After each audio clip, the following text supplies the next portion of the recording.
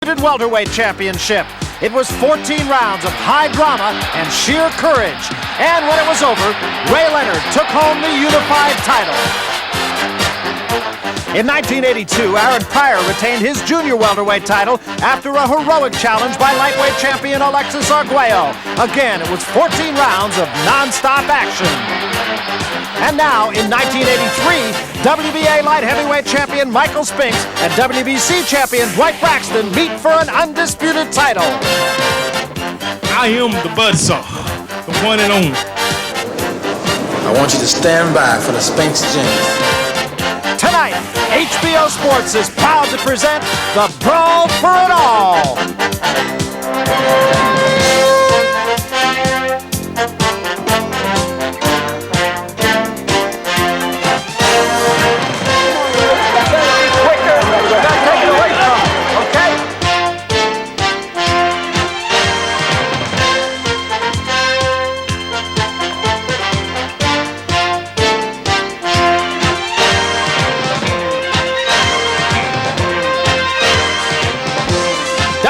Champion Michael Spinks meets WBC champion Dwight Braxton for the undisputed light heavyweight title.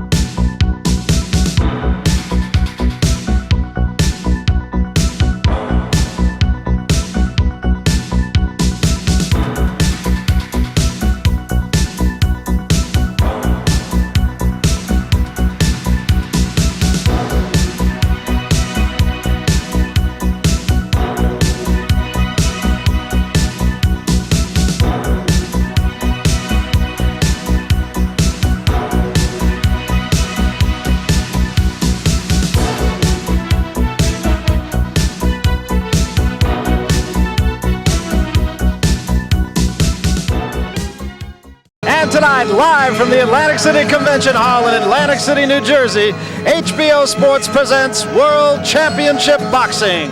The main event, WBA champion Michael Spinks and WBC champion Dwight Braxton meet for the undisputed light heavyweight championship of the world. A unification fight is a rare happening in the world of boxing, and Atlantic City has come alive. The convention hall hosts the Miss America pageant each year, but tonight, the winner of this contest will wear a very different crown. Well, they're gathered here in Atlantic City for what is certainly the fight of this young year, and in just a few moments, all the conversation will stop, all the hype will be over, and the outcome will be decided in that 20-foot square. Hello, everybody. I'm Barry Tompkins once again, along with the champ, and we talk about the hype, and we talk about the conversation, and in a case like this, an event that is such a major event, I have to think the fight outside the ring could be as important as the fight inside the ring, and Michael Spinks has been there before. He's had all the hype. It came in the 1976 Olympic Games, but Dwight Braxton really is not. But Barry, ordinarily it would affect, the major lights and camera would affect a challenger or champion, his performance in the ring, because he gets tight. I think with Dwight Braxton, he's different, a much different type of individual. I really feel it's going to motivate him. The guy's incredible talent, tough. He's like a human tank. With us once again, of course, HBO's expert commentator on the sport of boxing, Larry Merchant. Everybody agrees, Larry, this is a major event, the biggest fight of the year, but people think so for different reasons. What are your own? Well, there's two reasons, basically. First, when you have two fighters of this caliber meeting, they usually bring out the best in each other, and if they do, we'll have a great fight. Secondly, it's the contrast in their size and in their styles as fighters. Although Spinks is tall and gangly, he really is the puncher of the two. And although Braxton is short and squat and the aggressor, he really is a better boxer, particularly inside. It's a sort of a fight between an angry turtle and a man-eating giraffe. Should be a great one. I can't wait. I can't either, and that's the story all around us here. There's no question about it. The light heavyweight division has always been rather the sob sister of the sport of boxing. Bunch of guys who are too big to be middleweights and too small to be heavyweights. But tonight, respect. The light heavyweight division goes back to 1903 and its first champion, Jack Root. And in 1939, a feisty Irishman from Pittsburgh named Billy Conn brought some excitement to a forgotten group of champions. He won the vacant title in a 15-round unanimous decision over Emilio Bettina. but he will be remembered for his glorious battles with Joe Louis for the heavyweight crown.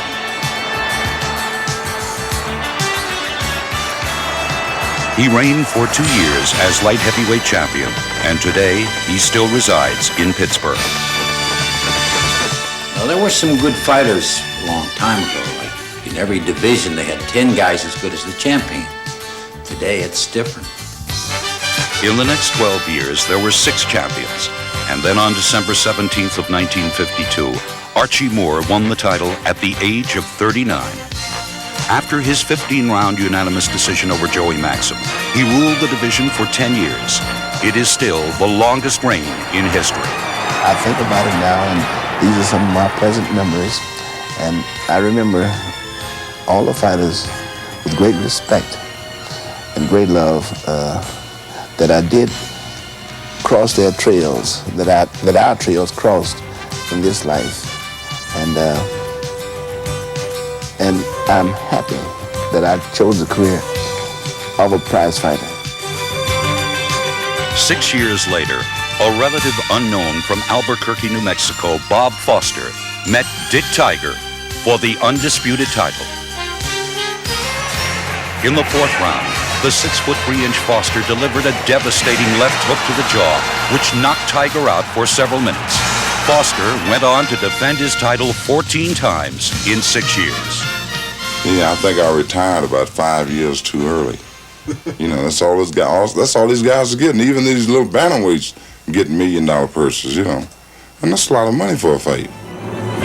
When these 3 champions won their titles, Khan took home $20,000. Moore took the crown from Maxim for a meager $800, and Bob Foster was supposed to earn $60,000 when he beat Dick Tiger, but he never saw the money. Well, you know, we had guaranteed Tiger $100,000, see, and that was my end. See, I only made 60. I only got 60 for the fight, and I had to give all that money to Tiger. But you know, I came out with the belt, so I made up for it. I had to pay Joey Maxim out of the total gate $100,000, and what was left for me was what I received in the fat figure of $800 and a few pennies. So now the light heavyweight division enters a new era. Dwight Braxton meets Michael Spinks in the brawl for it all. I'm going to bring the credibility to the light heavyweights. The division wasn't anything until I came along. If it's a good fight, especially, it'll do a lot of good for their division. This is going to be one heck of a fight between these two guys. Braxton and Spinks should prove to be a natural. Yesterday I would not have believed that tomorrow the sun would shine. Then one day you came into my life. I am alive again. I am alive again. So coming up next from here in Atlantic City, the unification fight for the light heavyweight championship. The WBA champion Michael Spinks, the WBC champion Dwight Braxton.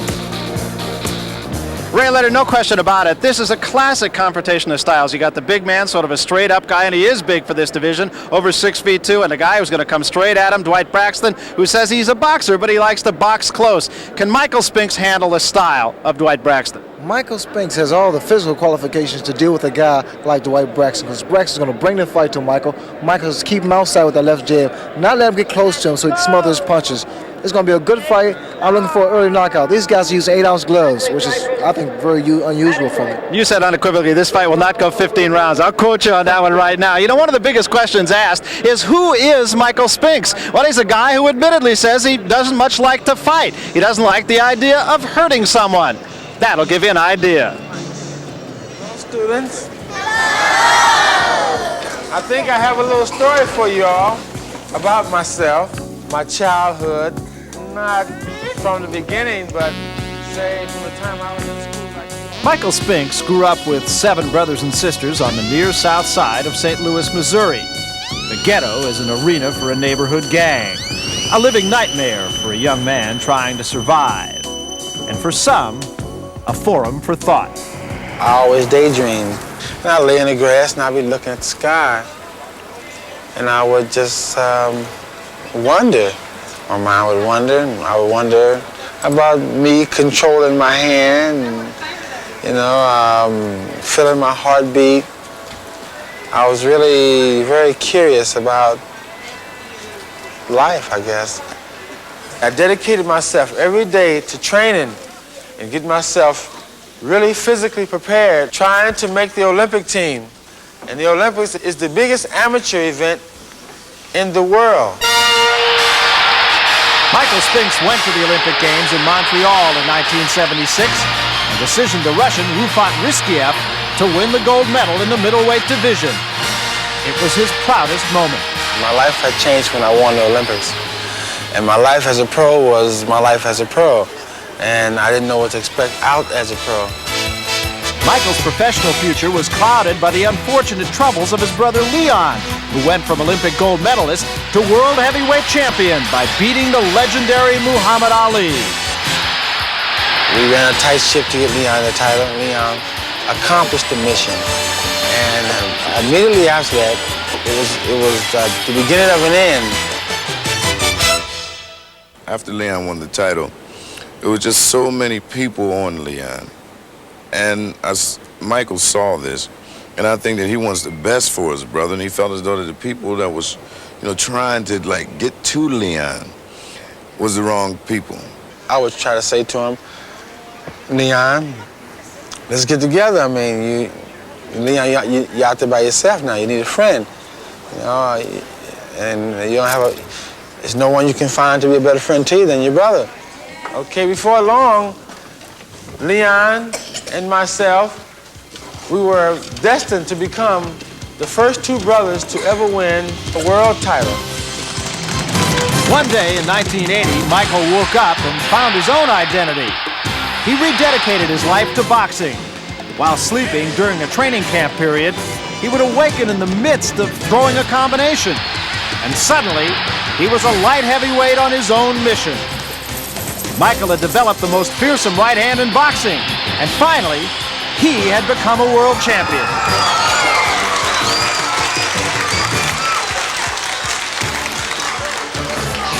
This is what I won.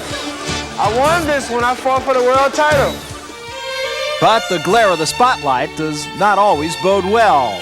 On January 5th, Michael Spinks was arrested on a gun violation charge after a revolver was found in his car. And then, just 48 hours later, Sandra Massey, Michael's common-law wife and the mother of their daughter Michelle, was tragically killed in a car accident. Michael was devastated. That was my other half. She covered me when I couldn't cover myself. And likewise, I covered her when she couldn't cover herself.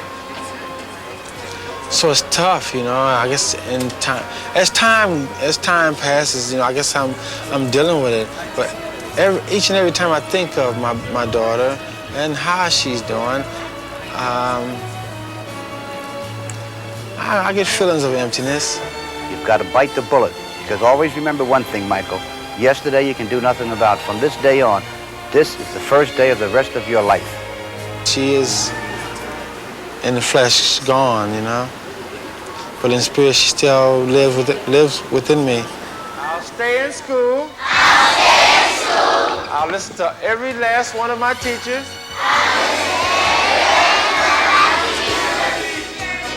And I'll do the very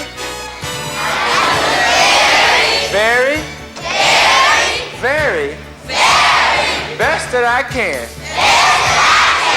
to be the best, the very best student I can. All right. Thank you.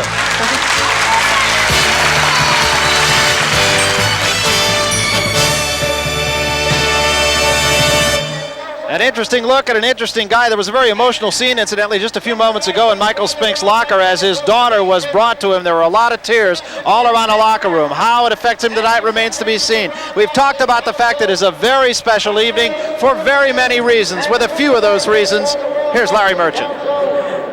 Don't worry, folks, we'll be getting to the fight in a few moments. But first, I wanted to say a few words about champions, what makes them so special. What makes them different than you and me, particularly those champions who consistently beat off the best challengers. They don't merely want to be champion, they desperately need to be champion. And when such fighters get together, we have the dramatic fights that we've seen in the last year between champions. They refuse to make those little concessions in the ring that add up to defeat. We've had a look at Michael Spinks. Let's now have a look at Dwight Braxton, a driven and driving champion who is much more sophisticated in the ring than he is generally given credit for.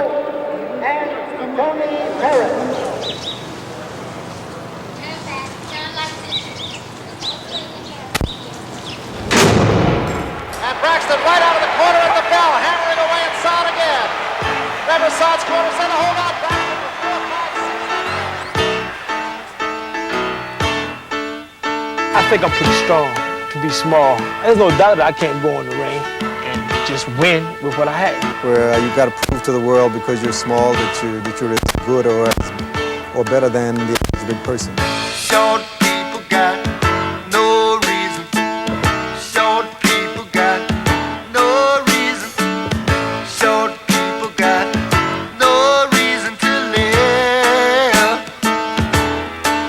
They got little hands, little eyes.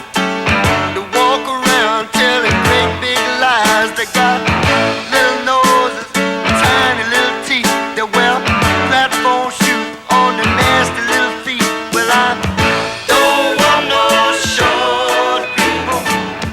Don't want no short people. Don't want no short people around here.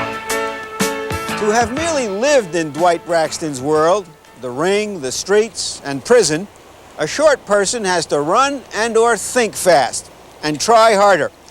He's here in Myrtle Beach, South Carolina to steel himself so that he can implement that unusual style. A style that's a fierce combination of the relentless pressure of Joe Frazier and the cunning shell game of Archie Moore. Turning a height disadvantage into an advantage, Braxton invites opponents to punch at an illusionary target, his chin buried in his chest, and then he counters them. He's more on the Archie Moore type. He has a shell that he goes into, and he's very hard to hit when he's in that shell. He's got a big heart, and he's not going to run from anybody. He's going to be there, and he's going to come forward, forward, forward all the time. He knows how to get inside. He knows how to fight inside, but he can also box, and he's very quick. I know I can outbox a big guy, but instead of being on the outside, I'm on the inside. He's a very smart fighter. I mean, he's thinking all the time. In fact, he uses a jab, whereas most short fellas don't. They don't think that they can jab. And he jabs very effectively because he counter jabs. He doesn't try to match jabs with the guys. When they jab, he will just par their jab and jab them right back. He never ceases to amaze me, that guy. He comes up with things, you know, that old timers long ago I heard when I was a kid in the gym myself trying to fight. And I always laugh because here's a guy who's really doing some deep thinking about boxing. For example, he manages to use an uppercut as a counter with big, tall guys. He'll step back and throw an uppercut. The uppercut looks like it travels from the floor, and it's almost straight arm up when he hits him with it. It's part of being creative. You have your brain, and you have to use the logic and the creativeness of your brain. So, I use both. It's a thinking man's thing, if you want to survive and be good. It's revealing that part of Braxton's survival course includes hours of screening videotapes of himself. He virtually ignores his opponent. It's as if he is saying, if I'm at my best, it doesn't matter what or who I'm fighting. What I want to know is how he figured to beat me. What did he have that he think he can beat me with? See, and it's like going to school. I'm more concerned about my style. How I'm gonna beat him. In preparation for Spinks, Braxton indulged in some experimental training techniques at the Myrtle Beach Holistic Health Center. Techniques combining nutrition, training methodology, the body's electrical system, theories of acupuncture. Supposedly they would increase strength, quickness, and endurance. Whatever it actually does for Braxton, it certainly broke the drudgery of training, and it pointed up his curiosity in the sweet science of boxing. For those of you who missed our last fight with Dwight Braxton, his favorite character in literature apparently is Popeye, I am what I am, and that's what I am, he says, which is another way of saying that he knows and believes in himself. And that's why he's so single-mindedly dangerous. So it's Dwight Braxton, the WBC champion, against the WBA title holder, Michael Spinks. Michael Spinks at the moment praying in his locker room. He will be coming toward the ring in just a couple of moments, but there is a momentary delay while there is that. Incidentally, interesting, Larry, I think, how they decided who was going to come into the ring first. A coin toss, what else? Simply done. Michael Spinks is a guy who comes in here, of course, with a 22-0 record. He has 16 knockouts. Dwight Braxton, 19-1-1. Did not start fighting until he was 25 years old. Now there's a guy who's been around the ring. Interesting note here, too, is that many people compare Dwight Braxton to Joe Frazier, but Joe Frazier, or rather Dwight Braxton himself, does not make that comparison. In fact, he doesn't like it because it suggests to him somebody who's crude. Joe Frazier was a terrific fighter. There's Saad Muhammad, but he was mainly a left hooker, and he was willing to take 2 or 3 punches to land one of his own, and Braxton is anything but that. Saad Muhammad telling you how beautiful he is, and that the cuts have cleared up since his fight with Dwight Braxton. I want to say this about Spinks. He's not only 22-0 as a pro, he hasn't been defeated in 7 years. I mean, he just doesn't know what it is to lose, and that's what makes fights like this so dramatic. Oh, in fact, it was before the Olympic Games back in 1976 that he was defeated, and the man who did defeat him was handled by Michael Spinks in 1 round in the next time that they had a go at each other, and that was before the Olympic Games, so he has not lost since. Michael Spinks now behind the banner starts to make his way toward the ring. Spinks, as we mentioned, 22-0. He has 16 knockouts.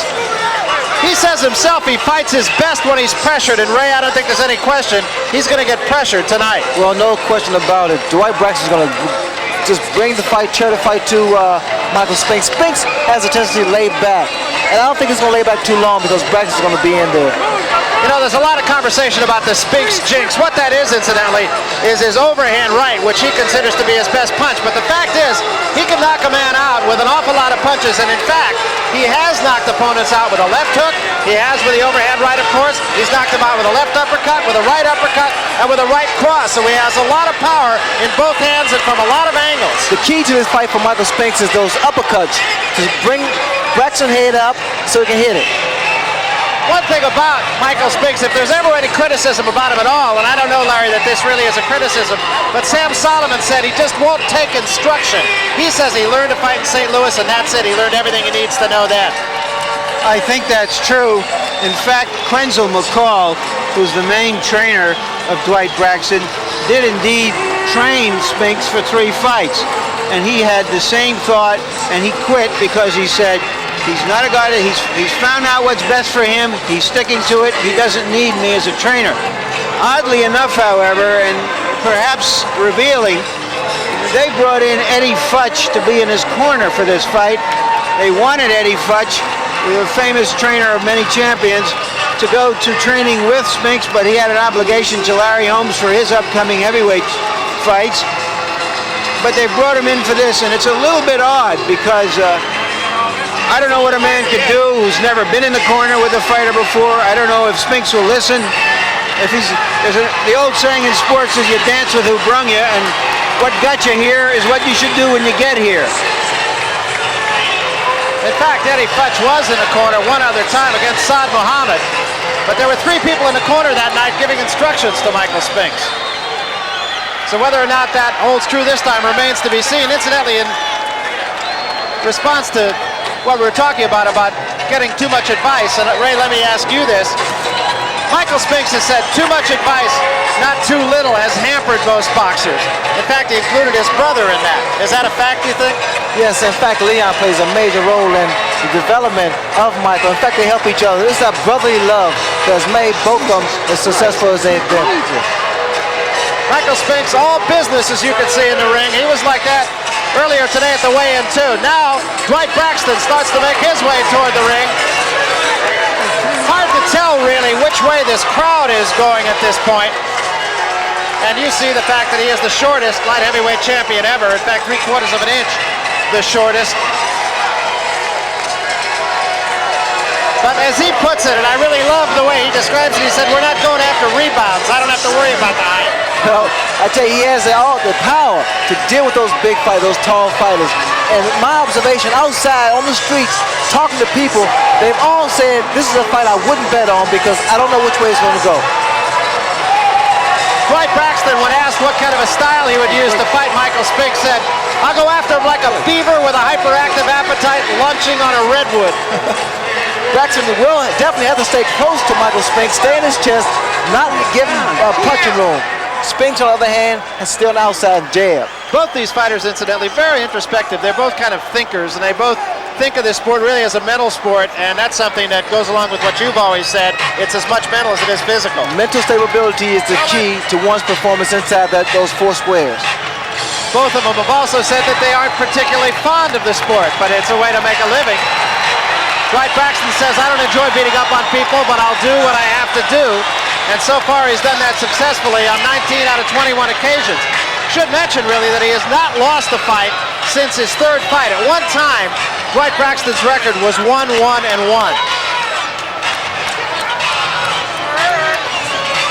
That was at the time that the people that are handling him now took over, and there is just utter chaos going on with the music being played here. Both championship belts being held aloft in the center of the ring. WBA belt, of course, from Michael Spinks. WBC belt by Dwight Braxton. If you'd like to sing along with the music here, feel free. Oh, yes.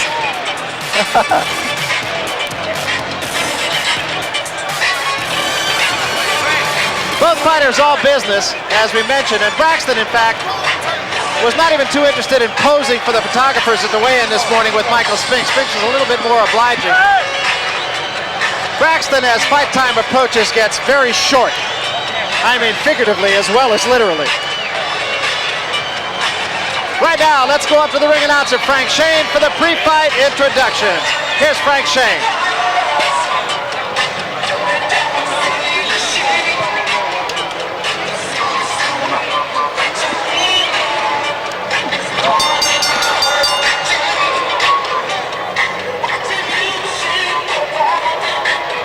Your attention, please.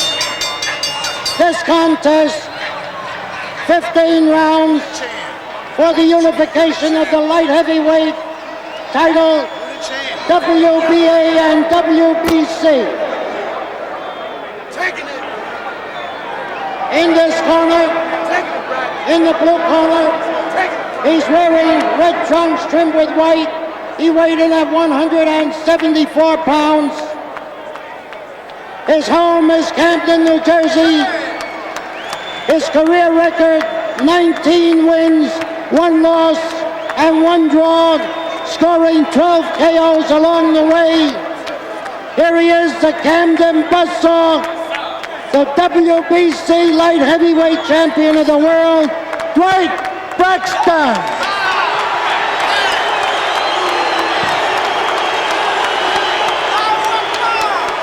And his adversary in the red corner,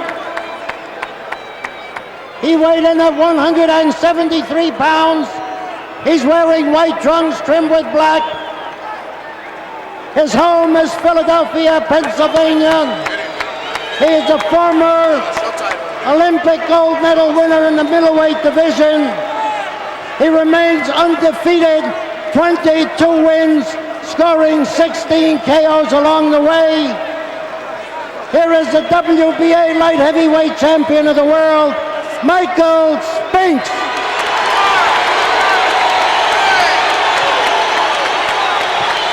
Let's take a look at the tail of the tape here. Really little to choose between these two, with the glaring exception, of course, of the height advantage enjoyed by Michael Spinks. Braxton, 4 years the senior of Spinks, but really, so far as experience is concerned, they are just about even.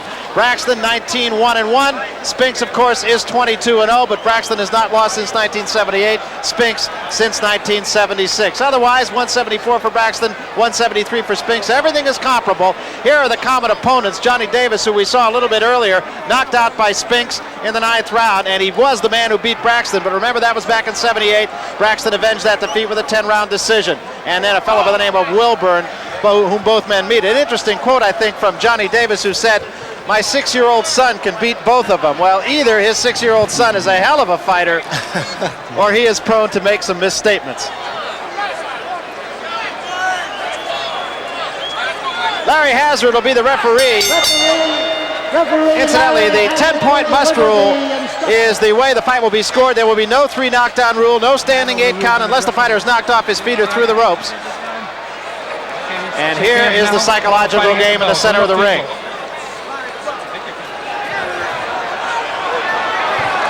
So what's left then is simply to get on with it. And there's no question as to how this fight will be fought. There is no perspiration on Dwight Braxton, which means he didn't really warm up in the back. I see a slight perspiration on Michael Spinks. Something could happen in this very first round because both guys are tight. You can feel the intensity of the crowd. You know, Michael Spinks walking around weight is 200 and Braxton over 190. And the way they're slimmed down and in shape for this fight, it's like 2 bullets ready to barrel out of a gun right at each other. That is exactly the way Dwight Braxton came at Matthew Muhammad in a fight that you saw on HBO. Right from the opening bell, he was on his chest. Now let's see if he will be tonight or if he will show a little bit more caution. Round 1, unification fight. Crowd is alive right off the bat here. Well, just like I stated, but I'm expecting something early in the first round. And a right hand, and that was the Spinks jinx right there, that overhand right. And it had Braxton backing up for a moment.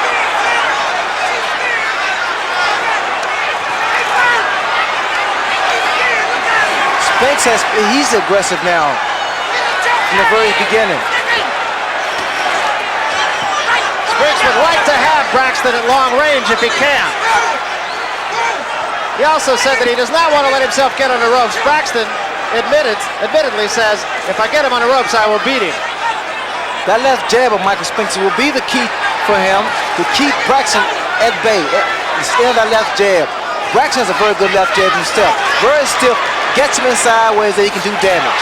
So far, Braxton has not been able to get inside. He also said that against Muhammad, he lunged a little bit in the first couple rounds until he settled down. Spinks, however, notoriously slow starter. Well, Spinks has started off very fast this first round, but he's tight. Both fighters are still tight. Braxton with a right hand and a left hand, and that actually buckled the knees of Michael Spinks. It was a left hand behind a right. Something's going to happen, I feel, Brad, because they both are throwing bombs the very first round. Spinks, of course, will have to punch down at Braxton. And that is pretty much the way he likes it. Of course, because of his height, Spinks has to punch down on almost anyone in this weight division.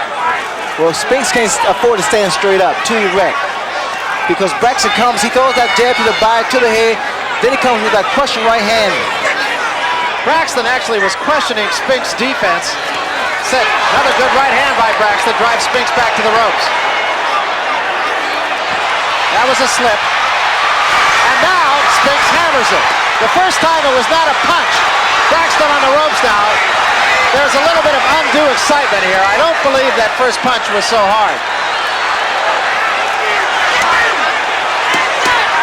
They both are fighting perfect fights here. The strategies are perfect for both fighters.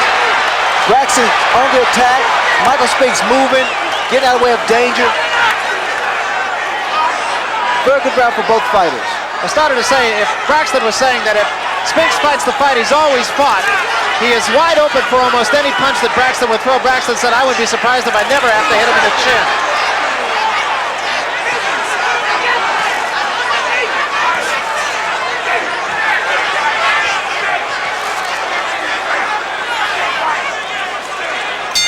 That's the end of round 1, a good one and a very fast-paced one.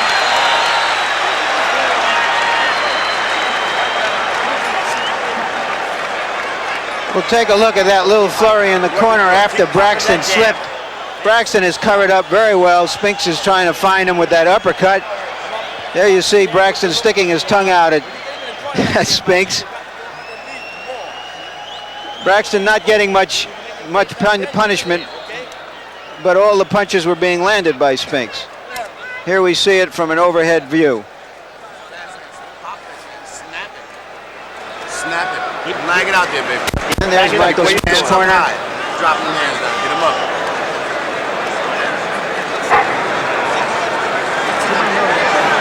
Steve, can you get some rosin, Steve?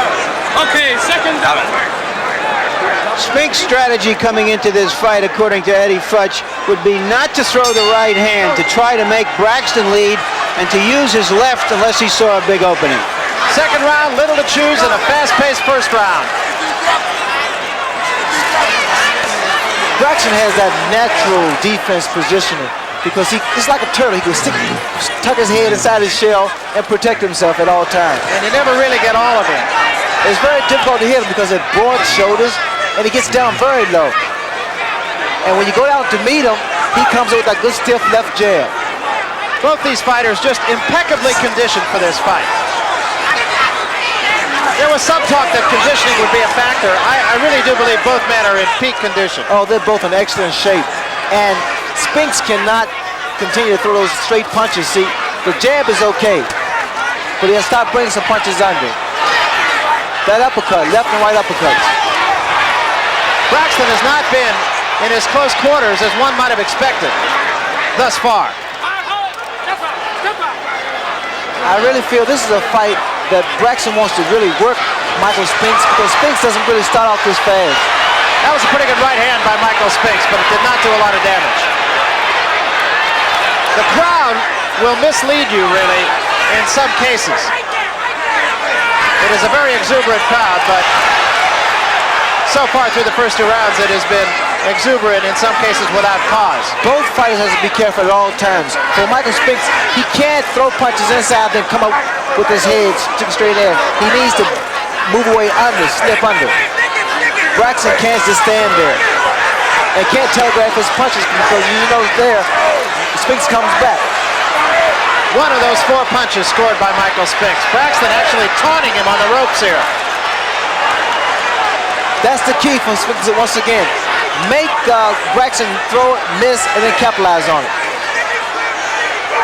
And that jab is going to do it.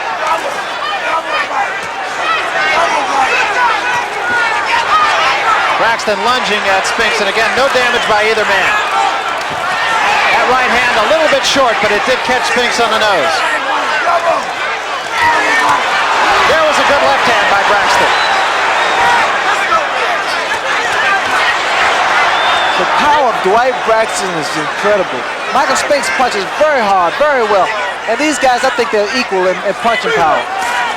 That's why I still believe it's not going to go the distance. Now, you won't really find a lot of money ringside here that thinks it will.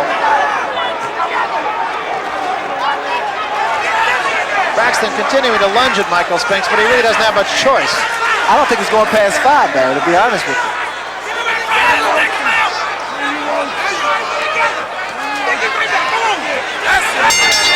That's the end of the second round.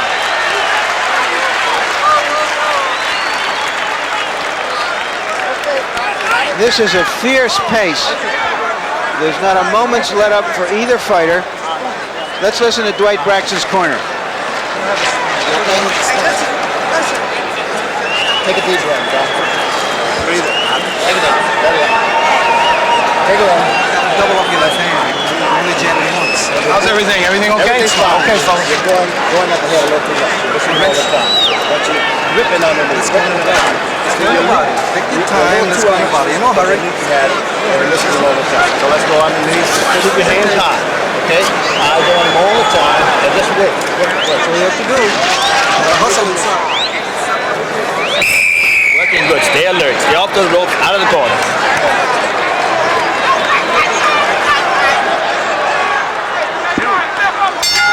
All right, the advice from Braxton's corner was to throw the jab more often. And double up on the left hand. So this is the third round. Dwight Braxton on the right of your screen, red trunks. Michael Spinks in the white trunks. No mistaking these two. I noticed that in that last round, when Braxton was resting, he was breathing very heavily. And he was complaining about a virus that he had. And it could be a factor here. Although I believe, Larry, if I'm not mistaken, you had a chance to talk with him, and he said he wasn't being bothered by that. He sounded clear-headed when I spoke to him earlier today and yesterday.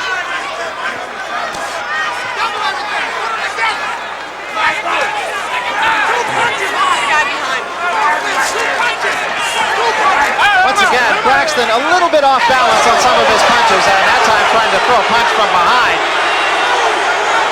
Braxton's temper getting him a little bit here. Actually, it has been Michael Spinks who on occasion has been accused of using a few tactics that are not worthy of the Marcus of Queensberry. It will be beneficial for either fighter to keep maintaining his composure, because a guy that's going to get upset and get frustrated is going to be the very one that's going to burn up unnecessary energy and strength.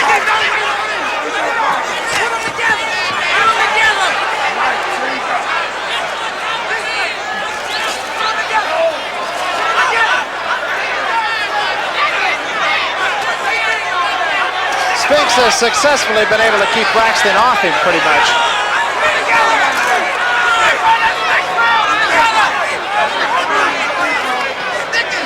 Remember, Spinks historically has been stronger in the later rounds. I don't like the way Spinks throws that jab and fades away with his hands down to his side, because Braxton has a good sharp left hook, picture-perfect left hook. It gets it off very, very fast, and it's a snap to it, so you really don't see it coming. Spinks has been successful in ducking under that looping right hand that Braxton throws and threw so well against Saad Muhammad.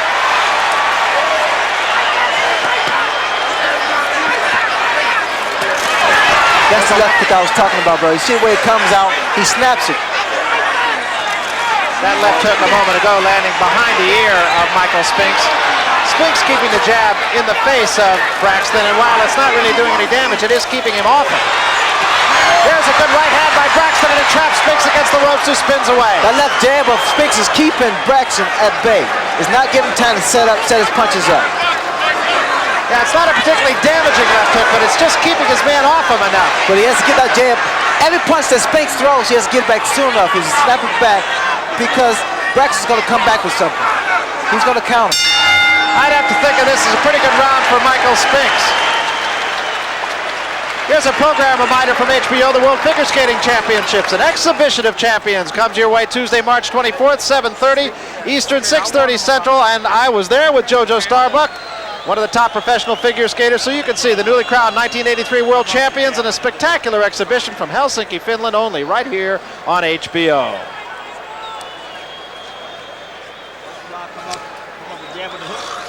Convention Hall in Atlantic City. They used to have a great ocean right outside here. Let's take a look at that flurry on the ropes as Braxton tried to get Spinks in trouble, but really has failed. So far, Spinks has used his jab exceedingly well and has stuck to a game plan devised by Eddie Futch. Use his left hand, and not go right hand crazy, which he sometimes has done in the past. Yeah, Spinks right now appears to be dictating the tempo of the fight. That, of course, is subject to change very quickly. This is not an easy fight for either fighter. Spinks has to punch down, Braxton has to punch up. So their sizes are great bound for both fighters. That was a short left hook by Spinks a moment ago that did score on the face of Braxton. First time he's thrown that punch in this fight. You notice that left jab, the consistency of Spinks' left jab is going to always create problems for Braxton.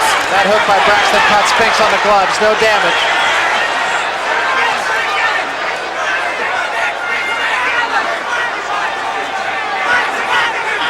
Braxton wants to get right into Spinks' chest and work his body and work his head. But the jab of Spinks has not allowed him to do that. There was a left hand that did score, but Spinks ties up Dwight Braxton immediately. Well, throughout this fight, Spinks needs to keep that right hand up there. We'll take it from the left jab, from the left hook. Here's a good right hand, and Braxton was hurt by that. That was a short overhand right.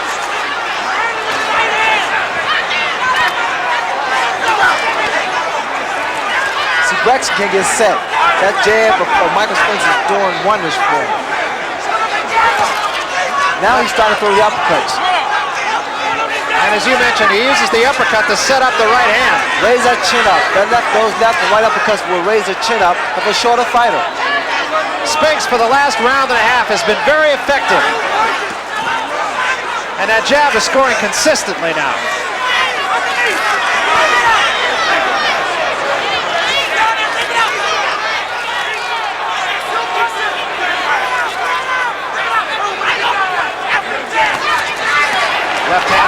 Braxton did get in.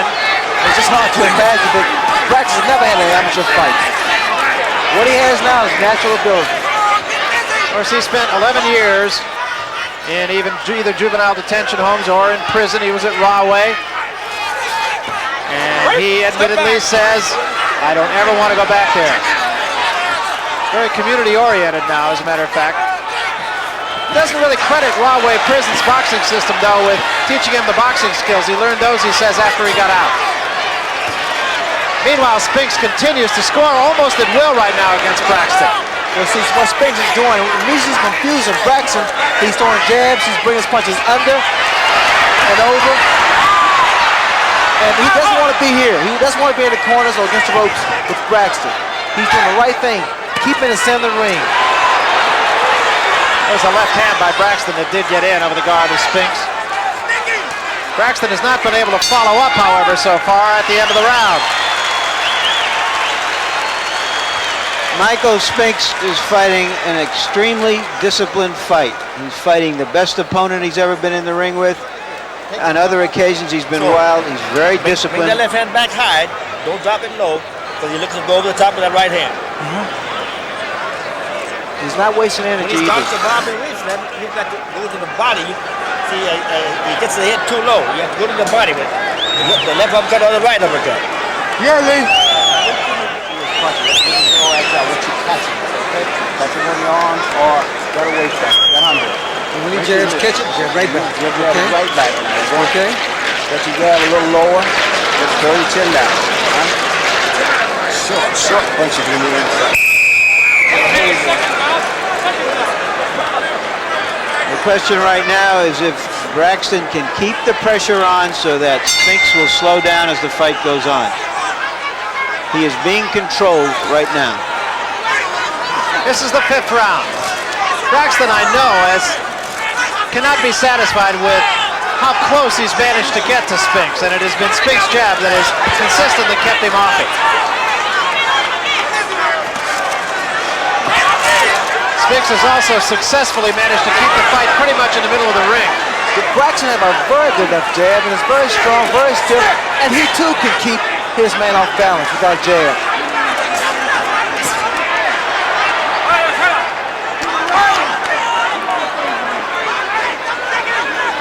Eddie Futch in the corner between rounds, you might have heard tell Michael Spinks to go downstairs a little bit more when Braxton's head drops. You notice there, Braxton threw a right hand to the midsection of Michael Spinks. Those are very good shots, and they take their toll in the later rounds. And you would definitely see a change in a fighter as the rounds progress. If you want to slow a man down, work his body, he will slow down, and also his hands will drop eventually. Neither man is marked, neither man has really been hurt. Each man was stunned once. I wonder how long they can keep this pace going, because the first round was a very fast pace. And Michael Spinks is not known for starting off very fast. He was very aggressive the first 3 rounds. Well, as Larry Merchant mentioned, neither man has ever met an opponent of the caliber of the man he's in there with tonight. That was a good uppercut. Those are the punches, Barry, that I was talking about. Those uppercuts. Raises the chin up of the opponent, and he's able to come back with the right hand. Both men use the uppercut with great regularity. Braxton will even counterpunch with the uppercut occasionally. The reason that Braxton's having so much trouble with Mike, because Mike is not a stationary target. He's moving. He's using that jab. He's lateral moving side to side. You notice he goes left and he goes right. He's not just going one way. There was an uppercut and it came behind a left jab. It was a left jab and a right uppercut. Braxton right back on him. And Braxton scoring with a combination for what might be the first time tonight. Well, see, what Spinks doing now, he's letting Braxton get a rhythm going. And you can't do that. Braxton backs Spinks into the ropes for a moment, but Spinks quickly gets off of there. As Ray Leonard mentioned, he does not want to be there.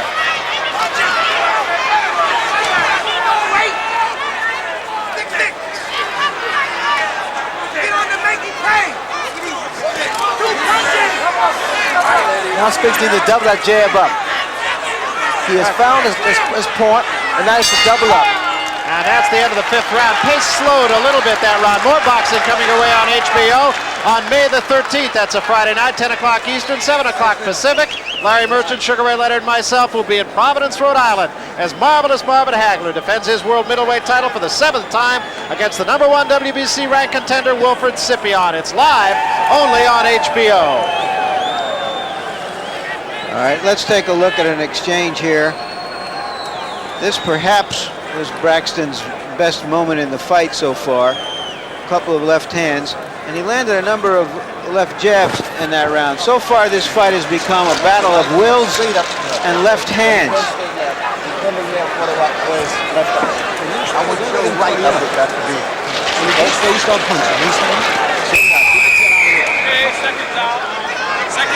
Does it surprise you, Larry Merchant, that Spinks is winning as many of the early rounds as he apparently is?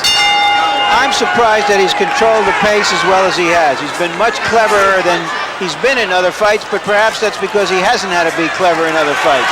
This is the 6th round, and Spinks starts out strongly. I'm so impressed with Michael Spinks' left jab, the way it gets through there, the accuracy of it, the speed of it.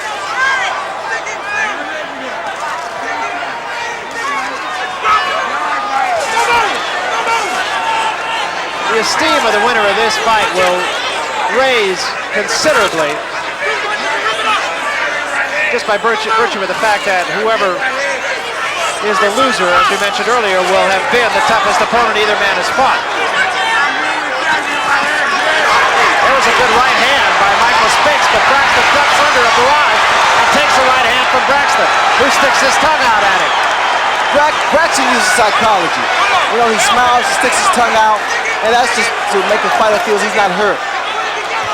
A lot of good punches are thrown by Michael Spinks, and a lot have landed. But Braxton's using psychology now.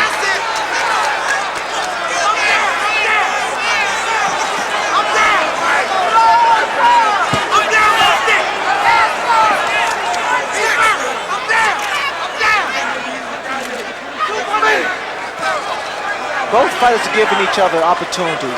When Michael Spinks slows down, this is a great opportunity for Braxton to get on the attack, and vice versa. There was a good left hand to the stomach by Braxton. Braxton said he was going to try to go downstairs with some degree of consistency, and he has done so.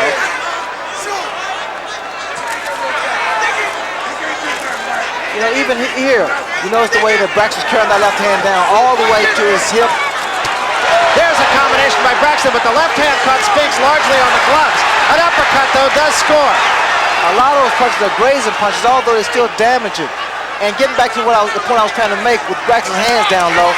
That was a good, solid left hand by Michael Spinks. Spinks can throw body shots also because his arms are long. He throws very fast punches. You can see on occasion, even though Braxton does not show any signs of being hurt, that he is literally stopped by one of Spinks' punches. Spinks backhanded him there also. Braxton is very elusive. I'm impressed with the way he's been dodging a lot of those punches thrown by Michael Spinks. And Braxton back on him again. But Spinks gets off the ropes very wisely, and they're back in the center of the ring. Both men still appear to be very strong.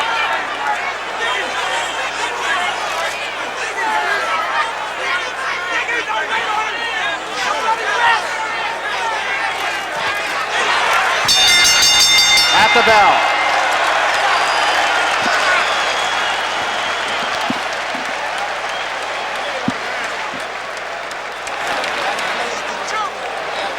Let's take a look at Spinks. This is soon after he was hit by a couple of punches by Braxton, and there you see him coming right back. And when we were talking about championship fights between champions, that's what I mean. They refuse to step back. When they are hit, they want to come back immediately and reassert themselves. Here's the same punch from an overhand angle.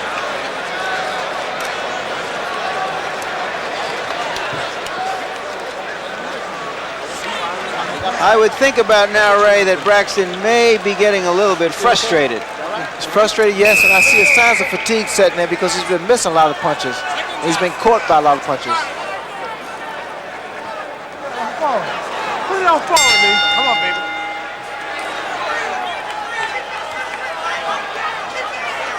This is the 7th round. Pace has been very up-tempo almost from the opening bell.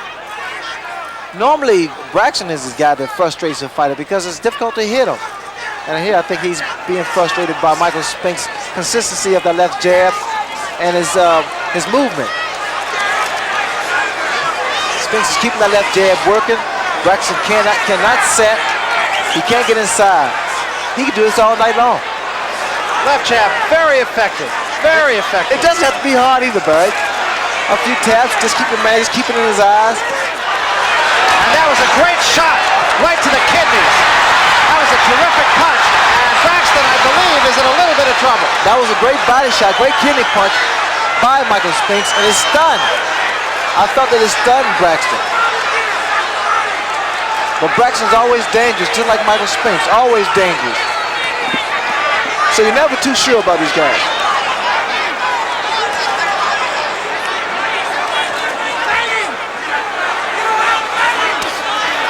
Spinks right now clearly controlling the fight. For Braxton, now observe when Spinks throws that left jab out there. He leaves out there a little too long. So a left hook is good for Braxton to throw, or a left hook to the body. There again, that left jab right in the face consistently of Dwight Braxton. Braxton needs to time Spinks punches instead of just taking them.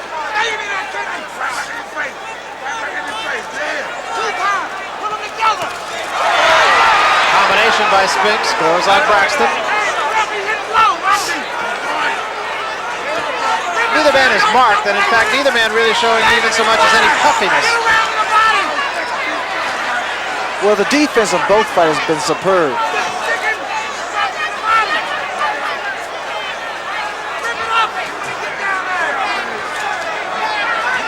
I'm disappointed not to see as many body punches thrown by Braxton because he's staring at head hunting, and sometimes the head won't be there. There was a good uppercut by Spinks.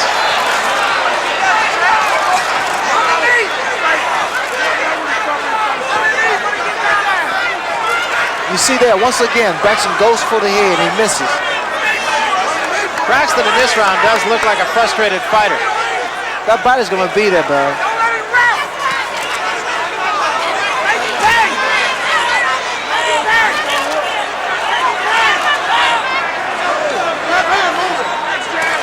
Michael Spinks can keep this up all night long. Just pop shots.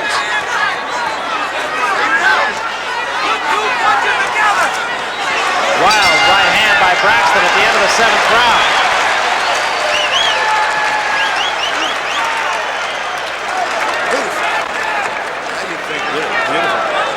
Beautiful. Take a deep breath, Mike. Take a deep breath. Hold it.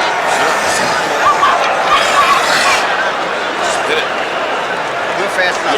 Take another deep breath and set up straight. Yeah. Okay. Let it go. Okay. All right. Take your water. All right.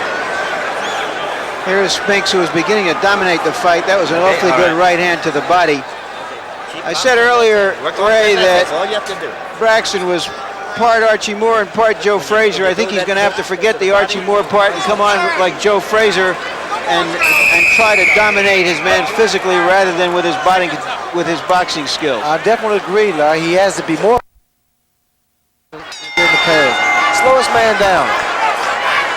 This is the 8th round. Braxton comes out of his corner breathing rather heavily. Actually, that shot to the kidneys by Spinks in the last round could have been the best punch of the fight. That was a great punch to the kidneys by Michael Spinks. Those are the kind of punches that slows an opponent down. I don't believe that's a knockdown. That was not a knockdown.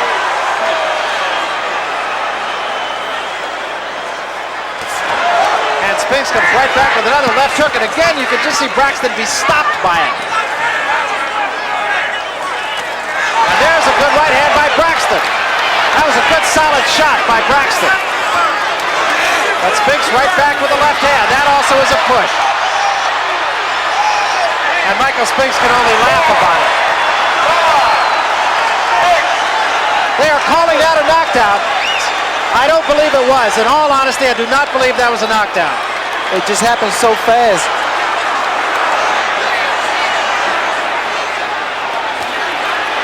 and Braxton is right on his man. I don't even think Braxton thought it was a knockdown. Well, I'm sure he will accept that. No question. Now see, this is where Braxton wants Spinks, against the ropes.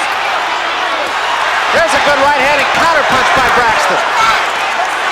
And Braxton back across the ring. Tries to hold Spinks and hit on hold. Now it's Braxton against the ropes. And again, Spinks goes down, and again it is not a knockdown. It's the third time in this round. They called one of them a knockdown. The ring is not really that steady either. Here in the corner where we're sitting at, the ring is unbalanced, is uneven. I think what's happening too when they get in close quarters is that Braxton is stepping on Spinks' toe. Not intentionally, but it's an awkward fight for both fighters, especially inside with all the clinch and hold and wrestling.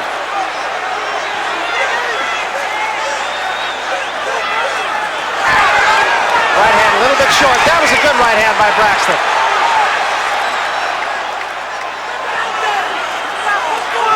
If Braxton double his punches up sometimes, go to the body, come back to the head with that same punch. Instead of waiting for one big punch. All in all, this has been a rather effective round for Braxton. Turns Spinks around and scores with a combination once more. Now he has become a Joe Frazier. He has become more aggressive. And if he can keep this up, we may see the tables turn. But he has to keep going. Spinks covering up a little bit here too. And just a little bit of the starch has gone from Michael Spinks. Now that's not to say that it'll last for the rest of the fight. Braxton very definitely the aggressor now, forcing the action, and has Spinks backpedaling. I see fatigue in both fighters. More so in Michael Spinks. End of the round, and a very good round for Braxton. That was Braxton's best round by far. Let's see if we can hear something in the corner. I thought Michael Spinks lost his composure a little bit, got a little wild, and perhaps from fatigue. All right, buddy, now. Good and clear. Let's take a look now if we can catch that knockdown. I thought it was a knockdown, Ray. Even though it wasn't a devastating punch, he fell as a result of a punch. He hit him in the... Spinks is an awkward fighter very often and off balance, but as you see, it was a punch that put him down. He was also standing on his foot. Well, that helps too. Come on now. Shades of Chuck Wepner and Muhammad Ali. That was a very good round for Braxton. If he can keep it up, stay aggressive. This is the 9th round. Now let's see if in fact Michael Spinks is tired. He comes out with a left uppercut right at the bell. It is possible that Spinks could have been just pacing himself in that round, and he does pick up the tempo a little bit here to start things. Well, that wrestling, all that wrestling holding, will tire a fighter out. Oh, as we said earlier, there's another combination. As now Braxton is brawling a little bit more. Well, this is what Braxton needs to do and wants to do. Get inside, work his man, over muscle, outpower his man. The two right now, Ray, I would have to think Braxton is the stronger.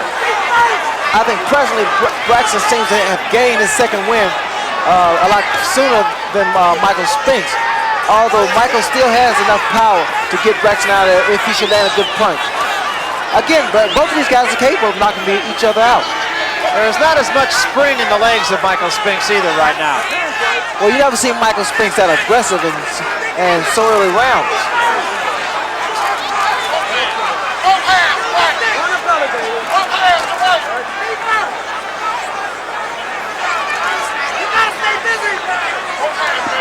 I don't like what Mike's doing when he runs away. When he runs away, he could be hit by a blinding punch.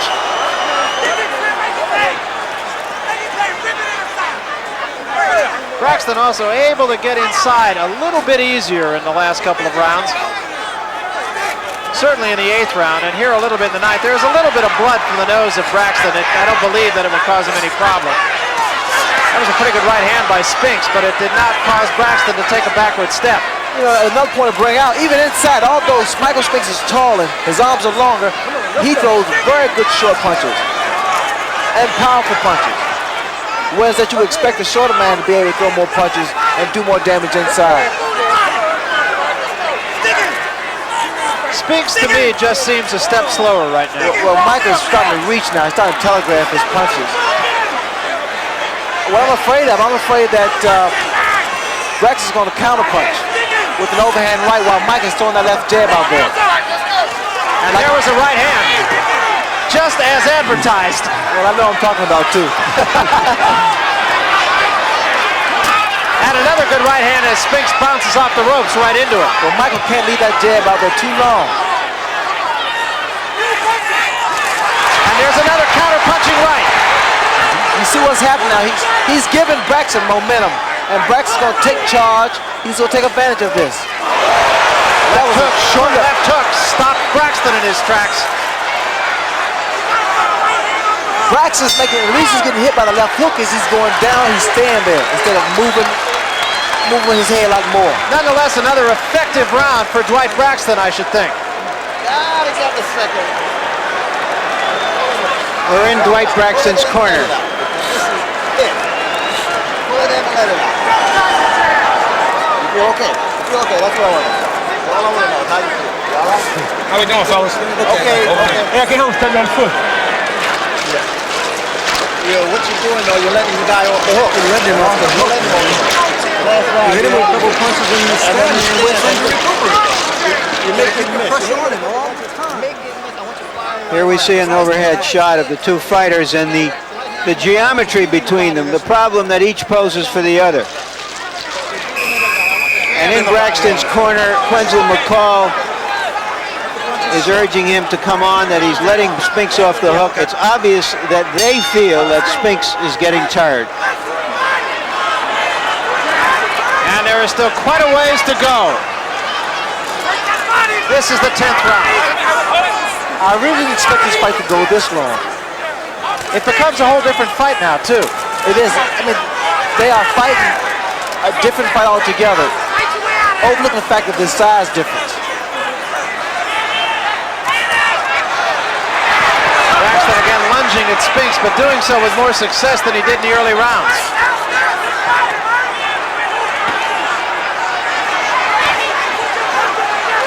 This is what Braxton also wants. He wants to keep Michael Spinks running away from him, which could be a very bad mistake on Mike's part because he's running away and he might get hit by a blind punch.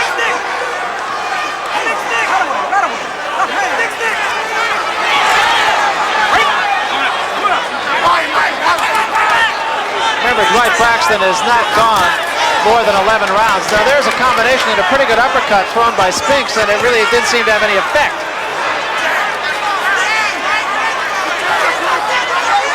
Again, there is a little blood from the nostril of Dwight Braxton. Hook caught on the gloves of Michael Spinks.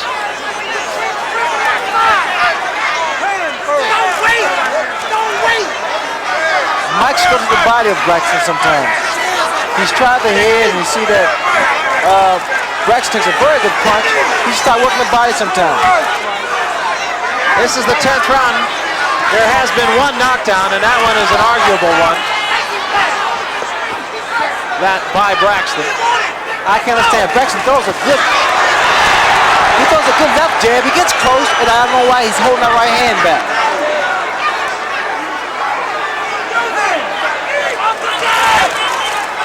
Braxton seems, to me at least, to be measuring Spinks a little bit better now.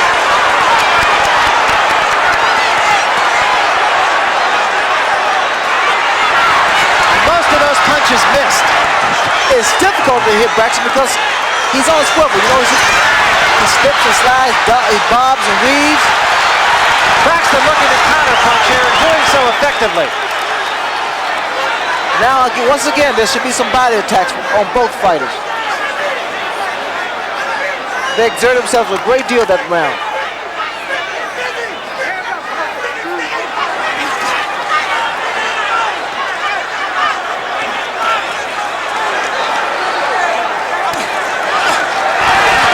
Caught mostly on the gloves. One punch was delivered straight up the middle of Braxton. Now those are the kind of punches that do damage.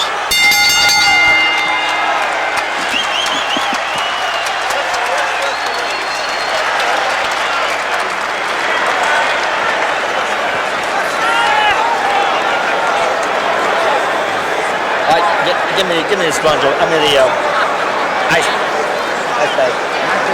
Give me the uppercut. Stick with the uppercut, Mikey.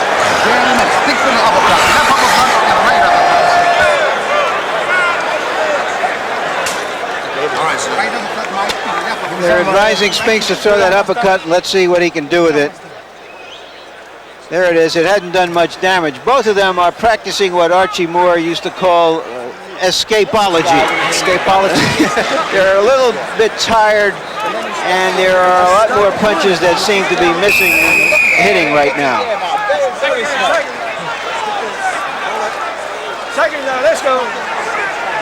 The last third of this fight will tell the story of the fight. We come to the 11th round. Spinks again comes out quickly.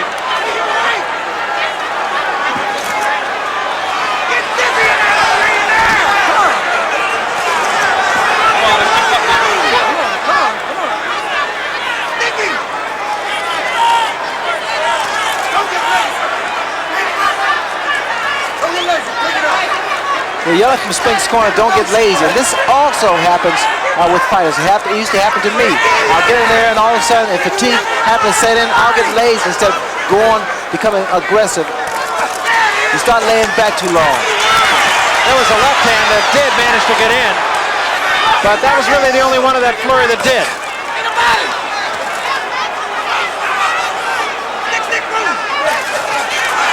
That was a beautiful combination. Double left jab and right hand. And another right hand with a left hand behind it. And see now, this is once you get Spinks, you keep going. You should keep this attack going. Because when you hurt a fighter or hit a fighter with a series of punches, what happens? You discourage him. But you give him time to regroup, he comes back just as mean, just as fierce. And again, Michael Spinks scoring effectively on Dwight Braxton now. Long right hand. Now you may see Braxton come on the attack because I think he feels that Spinks has punched himself out.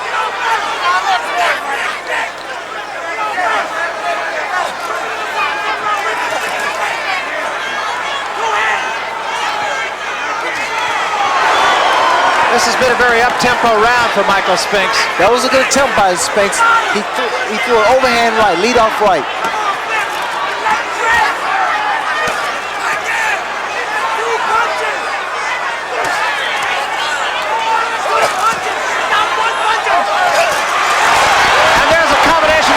It was a counter-punching right hand that set it up. Spinks is in trouble.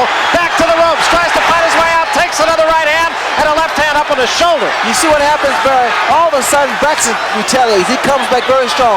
He waits. He comes on strong. And right now, Michael Spinks is on his bicycle.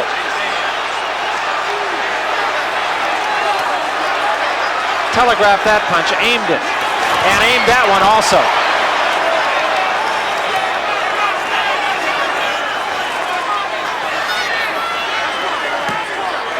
Braxton seems to be waiting for an overhand right. It seems as though he's trying to set up, but Spinks won't cooperate. He won't stay stationary.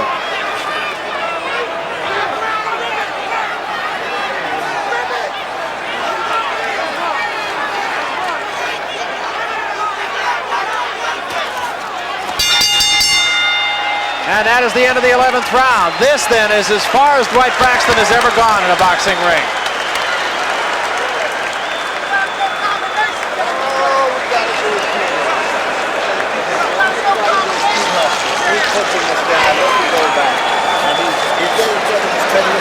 Giving you a sign.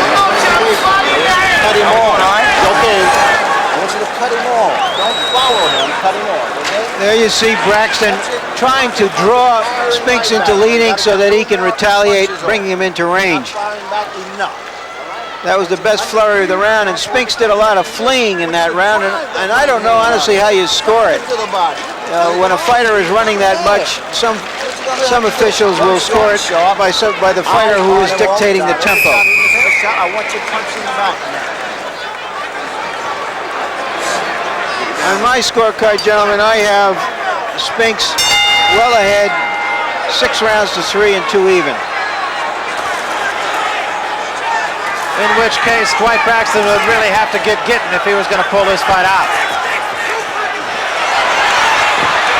And Braxton Braxton literally chasing Spinks around the ring. He hasn't really caught him yet.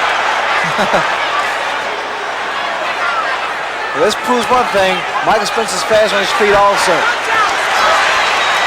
And by being so tall, it's difficult for Braxton to really get it close to land some big telling blows.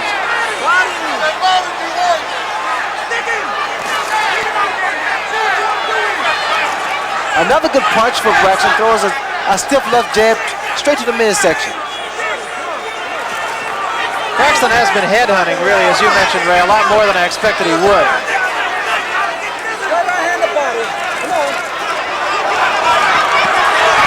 Good shot by Spinks coming off the ropes. Look at Spinks' hands. His hands dropping to his side now. So he's vulnerable for a left hook. If it's a good sharp one, it has to be very sharp.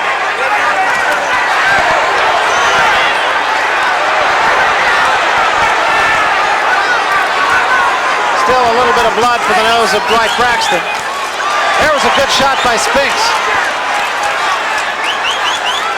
Now Spinks has become a technician. He's bringing his punches under and over now. He works a jab to the head. He turns it into an uppercut. And he tries to set his man up for the right hand.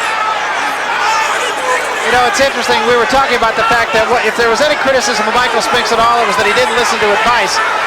So far, he has followed every word that I've heard in his corner. Watch the way, Brad. Once again, Brad, I hate to be redundant, but this is what the point I'm trying to bring out. The way Spinks is throwing that jab, and then all of a sudden he turns his left jab into a left hook or to a left uppercut.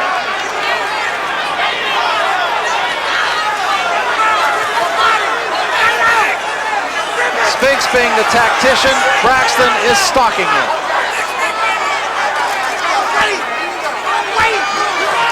Braxton just wants to land one big punch to slow Michael Spinks down.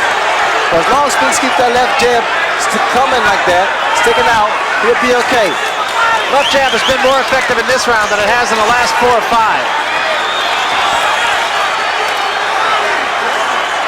You can't bring it back too slow. The jab has to come back very fast and straight back up to his chin. And it's very effective right now. Very effective. Now he's really doing a boxing job on Dwight Braxton, utilizing the whole ring. And he took a right hand and he gets out of there. Braxton is right on him. Braxton just can't come up with the punch that he needs, though. Spinks covers up, takes the right hand at the bell.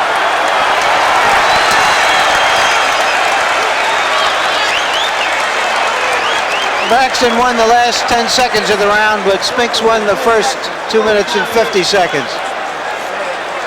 And now we might be getting to desperation time. Let's listen to the corners. Okay, you put your punches together, not one shot. You can't hit this guy. You may hit him with one shot, but you're not putting anything behind. I want both hands work. All right? From here on in, I want you to chase this guy. I want you to make him run. Make him run faster than he wants to run. You're not moving your feet, cut him off. You're just walking to him very slowly.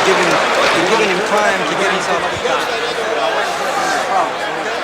What you're seeing at the end of that round is what Quenzel McCall has just told Braxton he has to do for 3 minutes of the last 3 rounds.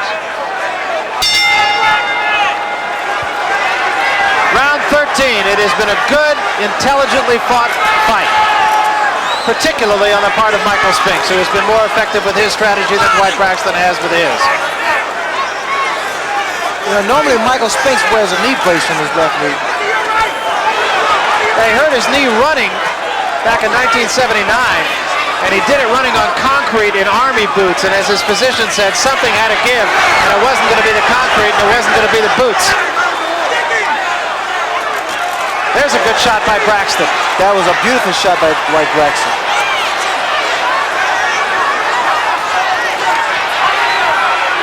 Those are the very same punches that Braxton should have been throwing in the early rounds, because they take their toll in the late rounds. Braxton's corner, you heard, advising him to stay after him and throw punches in combination, which they say he had not been doing. Easier said than done, however, against the guy who is fighting the type of fight that Michael Spinks is tonight.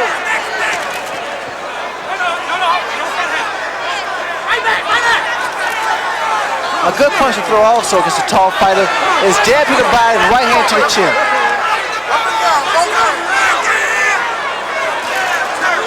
That jab to the body brings the opponent's eyes down or folds him up temporarily, and the right hand normally lands. Mine's always did.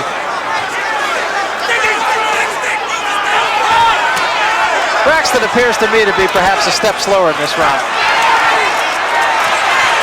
Good counter punch by Spinks, and that actually buckled the legs of Braxton, who goes against the ropes. There was a right hand and a left behind it.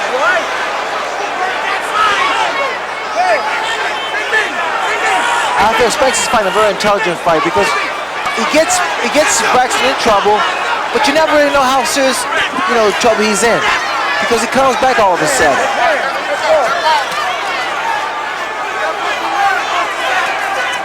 So the key thing he's doing now is working that left jab, just build up points.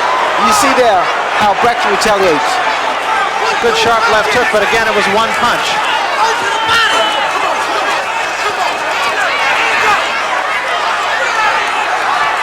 Braxton now is chasing Michael around the ring instead of cutting the ring off. He needs to cut the ring in half instead of following as a man around the ring. Another left hook, and it was a good left hook, but again, it was solo. Spinks' left jab is starting to sink again, starting to go down to the side. He's vulnerable for a right hand. If Dwight should throw it. End of the round, and Dwight Braxton is running out of time.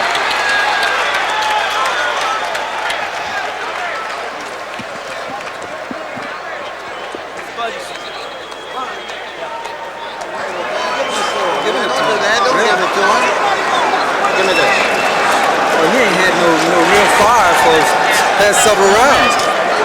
If you let him get a few punches, then you don't come back. You know what I mean? And then when you get inside, you're not walking. You're getting there and you're staying there and not throwing anybody. I want you ripping underneath. Now let's get him. How's your juice? And rip. You got any zip? You only got two. Well, let's put it together. Shit. You gotta know how to do it. That's right. Shit out of here. And throw a bunch of them. Just keep jabbing and hooking and looking for your other shots off the jab and hook.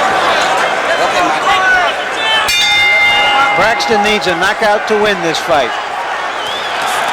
There's a good left hand by Spinks. As Braxton came right at him, and Spinks sat back and waited for him. Braxton's going to try to. He's coming straight at Michael Spinks. I think what he wants to do, Barry, is make Spinks exchange punches with him until he can come out on top.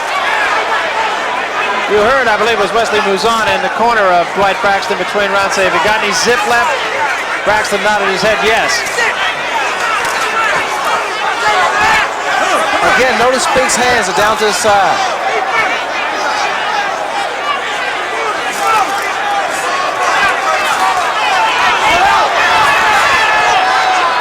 And see now, all those Spinks is comfortably ahead in my book. He can't afford to do it in the late round. What happens to a fighter, he gets a nice lead, all of a sudden he gets too lazy and too relaxed. And see, Braxton at this point now, he's desperate. Spinks fighting what I would consider to be a very intelligent fight so far. Going to the offense when he has to, not being careless, keeping the jab in the face of Braxton when he has to, particularly so in the early rounds.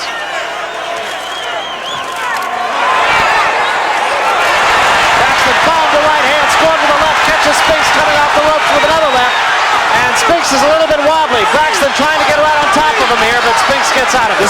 This is a once-in-a-lifetime opportunity for Braxton. He needs to take advantage of it. He had Spinks in a little trouble, and now he's letting him get away. Spinks will probably be able to regroup and come back. Spinks trying to stay out of harm's way here. Both those punches missed by Braxton. Spinks is doing the right thing, Brian. He's just trying to clear his head, and the way he's clearing his head is keep moving or running and throwing that left jab off. Braxton once again should cut the ring off. He's following his man around the ring. Spinks missed, and Braxton did catch him with the right hand. It didn't seem to be that strong a punch.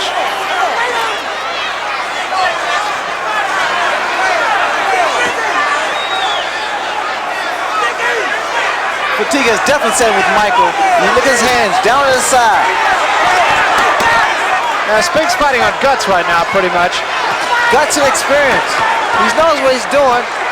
Sometimes your body just don't want to do it. Right then and there.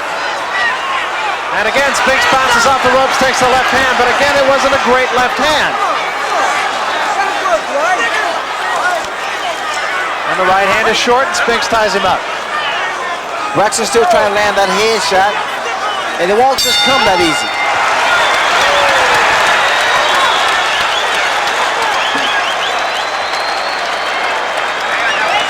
You got 3 minutes to go, Mike.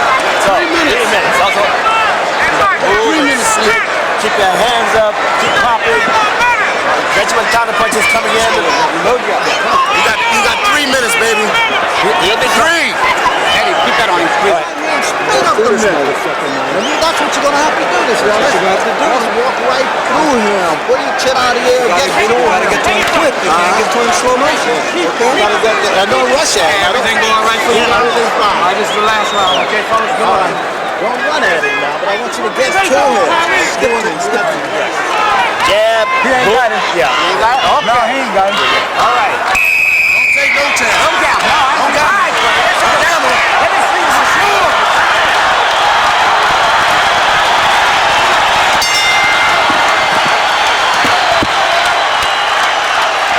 Final 3 minutes, the crowd on its feet chanting, Michael, Michael, Michael. They feel their man has won the fight.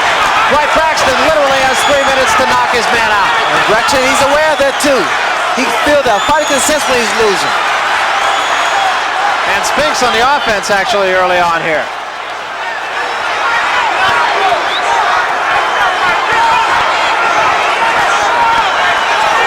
Braxton stalking his man. Spinks a little bit rejuvenated here, and that could just be sheer adrenaline. Spinks is still trying to nail Braxton with one shot. He should just continue to use that left jab. Keep his points going. If the opportunity comes, take advantage of it. But he shouldn't try to look for a knockout.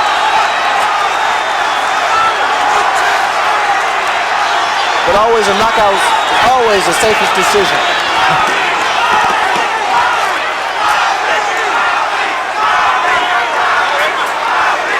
And another side of this house chanting Qawi, Qawi, Qawi, Muhammad Qawi, of course the Islamic name of Dwight Braxton.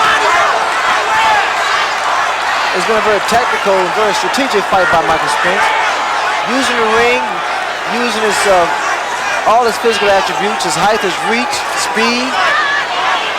I'm very impressed with the boy. Fought an excellent fight.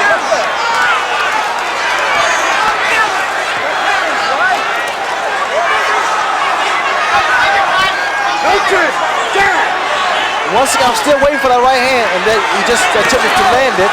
That overhand right of Dwight Braxton. He has Spinks' hands down inside. He should try to throw it more often. Braxton stalking Spinks as he has the entire fight. Crowd on its feet in appreciation here. Braxton still unable to find him. The left hand over the head of Michael Spinks.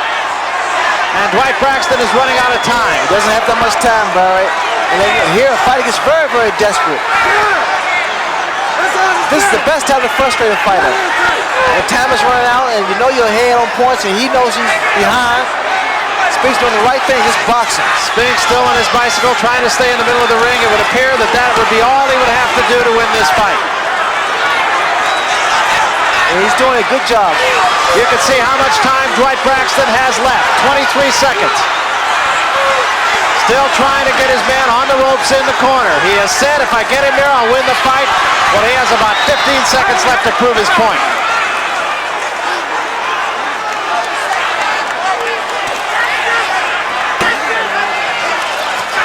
There was a good left hand by Spinks. And Braxton finally gets Spinks into the corner, but it is a case of too little and very likely too late. It was a tremendously fought 15 rounds by both men. And you're seeing a very tired Michael Spinks. Likely too late. It was a tremendously fought 15 rounds by both men. And you're seeing a very tired Michael Spinks being hoisted aloft in apparent victory. But I'll tell you, I've been around this game long enough, and I have seen stranger things happen. Yes, but I tell you, this was a very impressive fight by both fighters, and I like what Spinks did for a very strategic fight, very intelligent fight. I think it's safe to say really that both fighters did exactly what they had to do. It was just a case of one man obviously doing it a little bit better than the other. That's true. Spinks did enough to keep Braxton off balance, never gave him a chance to set up. Braxton tried to get inside, tried to stay close to Spinks. Spinks was more mobile than I've ever seen him before. What would you say the difference in the fight was? Was it the left jab of Michael Spinks in the middle rounds? The jab was the key to the fight for Michael Spinks. He kept that left jab in Braxton's face, maintained Braxton in the center of the ring, and Braxton had a difficult time trying to corner and get Spinks against the ropes. Both these fighters, very tired combatants at this juncture.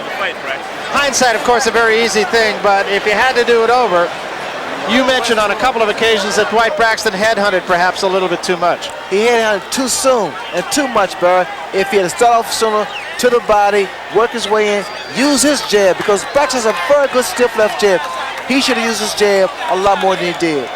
But you learn by your mistakes. Did it surprise you at all that Michael Spinks controlled the early rounds as much as he did? Spinks is a guy who, his history has been that from about round 6 on, he's controlled the fight, but here really, he won it in the early rounds. I was very impressed and very surprised, because normally Michael Spinks takes a nonchalant, very relaxed attitude towards the first 3, 4, 5 rounds, then he comes on strong in the later rounds to knock you out.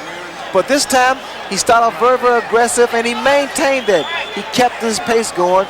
He fought a very impressive fight. Both fighters superbly conditioned. They had to be. The pace was fast from the very first round. And for light heavyweights, that's very unusual. So we await the official decision here, which we will have momentarily. Obviously, in Michael Spinks' corner, as you can see, they figure their man has won, as we do also. But as I mentioned, I've seen stranger things happen. Yes, but you know, Barry, one thing I noticed, you don't see the chaos in the ring.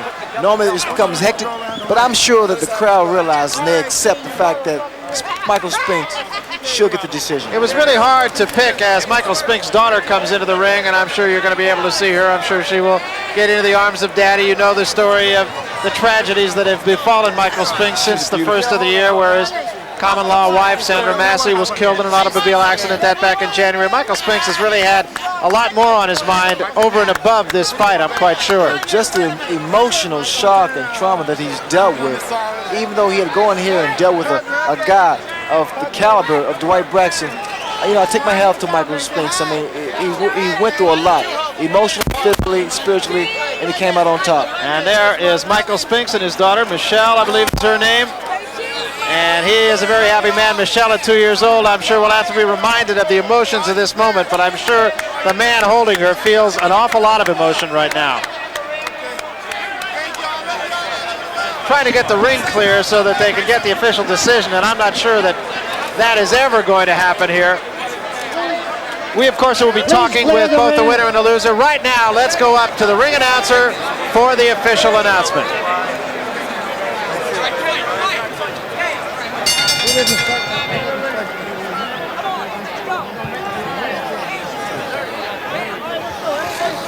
Still a discussion going on.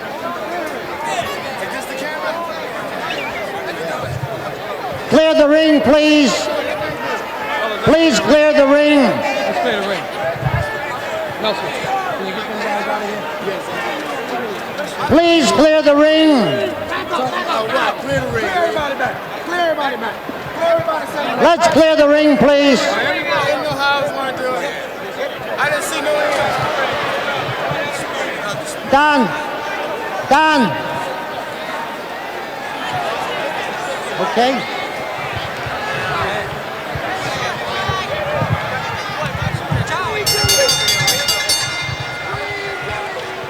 Ladies and gentlemen, here is the scoring of the officials.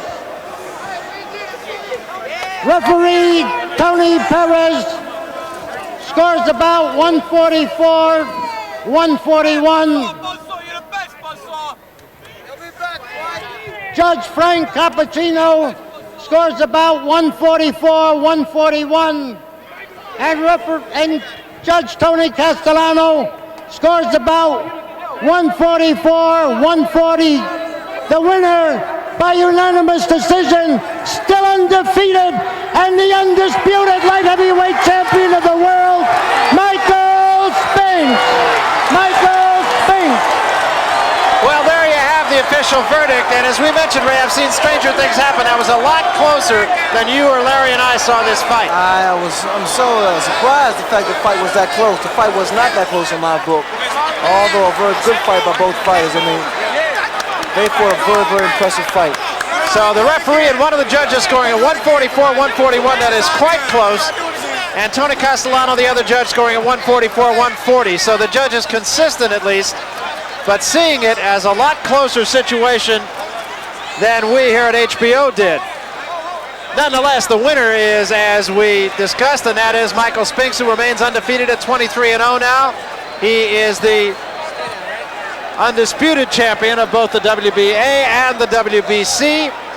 Dwight Braxton does not have to walk away hanging his head at all. He fought a very good fight. I'm sure he will replay this fight in his mind many times over. And I'm also quite certain that he would like to have a piece of Michael Spinks once again and, of course, look for different results. Nonetheless, the results of tonight are in the history books. Michael Spinks is the champion of both the WBA and the WBC. And it was a well-earned victory for Michael Spinks tonight. He forced the fight early. It was a left jab that really made the difference in the early rounds. We had Michael Spinks comfortably ahead. As a matter of fact, I think it was in about the 12th round that Larry Merchant made mention of the fact that Dwight Braxton would have to knock his man out to win the fight. Now, obviously, if the officials were doing the broadcast here, they would not have said that at the time. Right now, Larry Merchant is with the winner, Michael Spinks. Larry, you've got it. Michael, all right. Come on, Leon. Michael, you were saying in the ring here that you never saw an end to this fight. What did you mean by that? I couldn't see no end. I mean, I had visions of the fight. I looked, I searched. I tried to figure out what was I going to hit this guy with. I overestimated him. And I think that's what won it for me. I pictured him to be, just non-stop. Just all over me. I didn't see no way. I saw my legs just giving out on me. I knew they were. I saw no end. I didn't know how I was going to come out of this thing. With my features. I knew I'd be cut up. I knew something would be wrong with me. But from the start of round one, I saw I was in control. I saw he respected my punching ability. I saw that he respected everything about me. I'm pretty sure he remembered everything that... What did you do to keep him off you, do you feel? I jabbed, and I moved. I offset him all the way. What nothing he can do.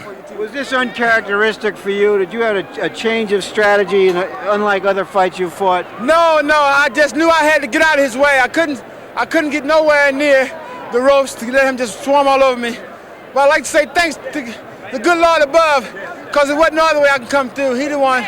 The good Lord above brought me all the way through because I couldn't see it. And he took over. I asked him to take over my body and fight this fight for me because I couldn't do it, and he did it. This has been a very emotional time for you the last few months. Some fighters would have been brought down by it. Did it just inspire you? I couldn't see it. I cried right before I came down out of the dressing room, and I just couldn't see it from there. But I thank all the officials for all their support, everything they did, and keeping the fight in control. He stepped on my foot and I fell. It was called a knockdown. Thanks to Larry Hazard, beautiful referee. Every fight he refereed for me, he seemed to do a fantastic job. And I thank all of my crew, all of my guys, all of my stumble bums as I call them. I love them all because they gave me hell. They stayed on my back. Thank you very much, Michael. Correct. I just want to have a fast word with Eddie Futch, who came into this scene just recently. You talked about the strategy for the fight to keep him from throwing right-hand punches. He has a reputation of not listening to his corner. What did you find in this fight? Well, he listened to his corner quite well in this fight. You notice how much movement he made to the right to offset the right cross that Braxton wanted to throw over his left jab. He did this. He stayed off the ropes, out of the corners, and used the jab and the hook principally as the weapon that cemented the victory for him. I thought he followed the strategy very well. Thank you very much, Eddie Futch. Now back to Ray and Barry at ringside. Okay, thank you very much, Larry Merchant, and of course Eddie Futch, and the winner and the undisputed light heavyweight champion of the world, Michael Spinks. And I think every fighter, Ray, has a fight in which they earn respect.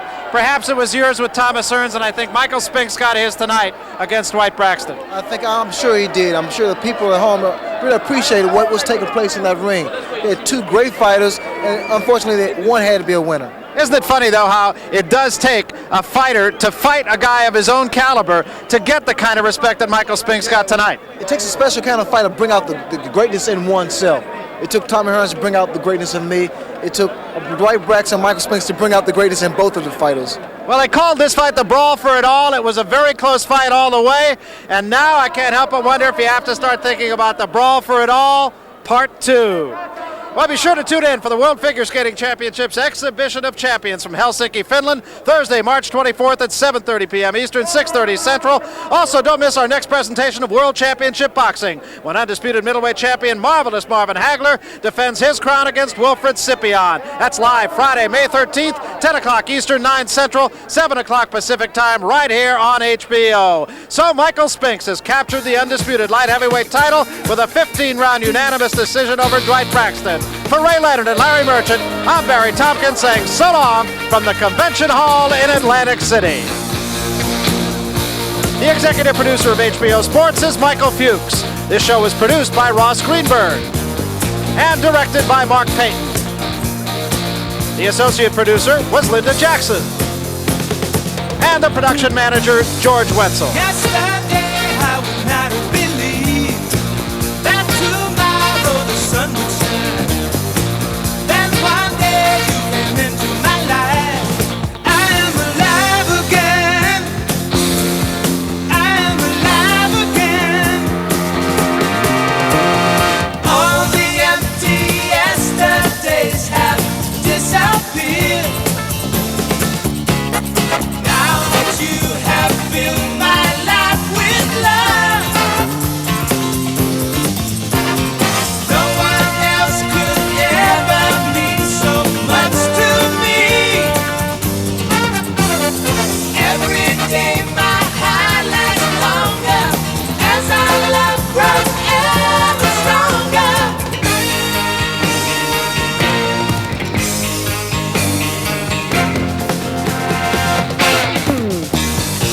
Yesterday I would not have believed that tomorrow the sun would shine. That one day you came into my life. I am alive again. I'm alive again. This has been a presentation of HBO Sports, the network of champions.